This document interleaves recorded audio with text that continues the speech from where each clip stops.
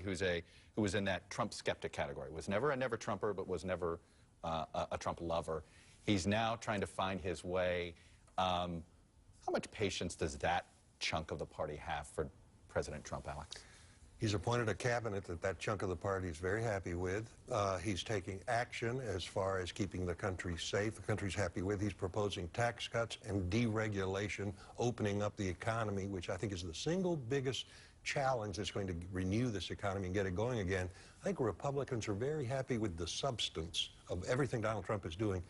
Turning the big 1,000-foot ship of state is not like turning a little business speedboat, you know. You rock the passengers. You can't do it quite as quickly. But I think Republicans, they see that if the big red wall cracks, if any Republicans start to bail, then the whole thing may collapse. But it's interesting. Republicans are getting more comfortable already hitting them. Marco Rubio and Liz Cheney this morning. Liz Cheney, now a member of Congress, by the way, from Wyoming, obviously daughter of the former vice president, both hitting the president hard over the Putin comments, Andrew. This Vladimir Putin comment is just, it doesn't hold up on substance and not on morality, and it is offensive to Democrats and Republicans. But you've got, I mean, we haven't heard yet from McCain and Lindsey Graham, I don't think, since we've been sitting here, but you're going to hear a lot more about Russia. Like many things, if I may, that Donald Trump says, there's context for it, and that is, this is a president who criticized America for being too expansionist, too many wars. He is less of an interventionist, less into occupation than predecessor. But you cannot forgive the murderer. He wasn't well expressed. It wasn't well expressed. But Danielle, let's talk about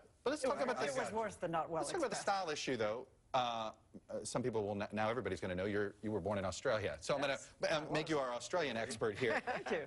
Look, if you make the Australian people mad, there is actually a long-term issue here. If suddenly Australia decides China should be where we should lean as Australians, not the United States. Okay, first of all, let me sound my most Australian here and say Australia's not going to turn to China.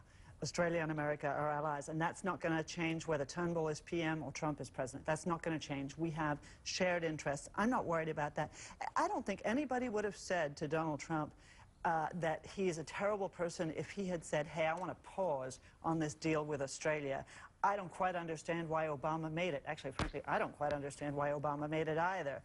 But the problem was the leaked conversation. The problem was the way that Trump handled it. It wasn't just that he said that he wasn't interested in doing this and they were going to send over the Boston bomber.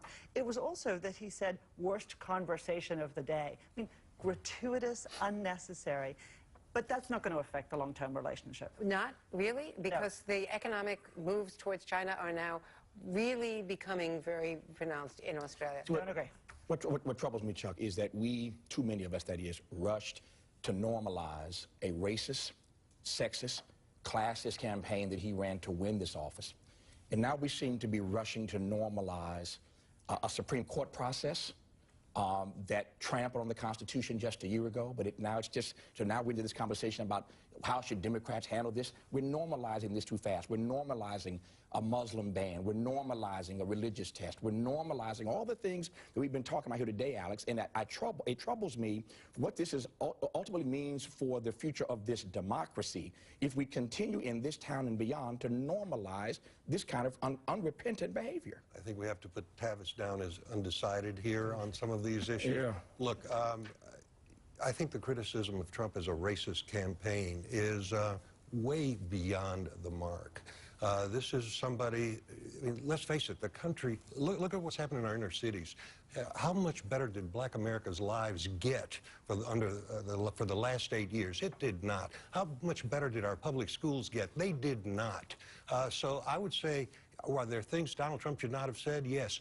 But look at what has been done to this country. I think that's a different kind of prejudice. I don't want to relitigate the campaign, number one. I don't want to now you don't. And I don't want to take I don't want to take Chuck too far afield. What I do want to say is that racism, sexism, classism, by any other definition, Alex, is the contestation of someone's humanity.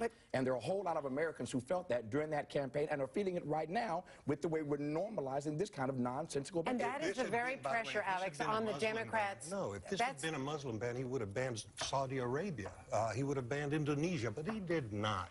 These are unstable governments that we can't work with, and we don't know who's coming from these places. All right, let me pause this very quickly, sneak in a commercial break, and we're going to come back and continue the conversation.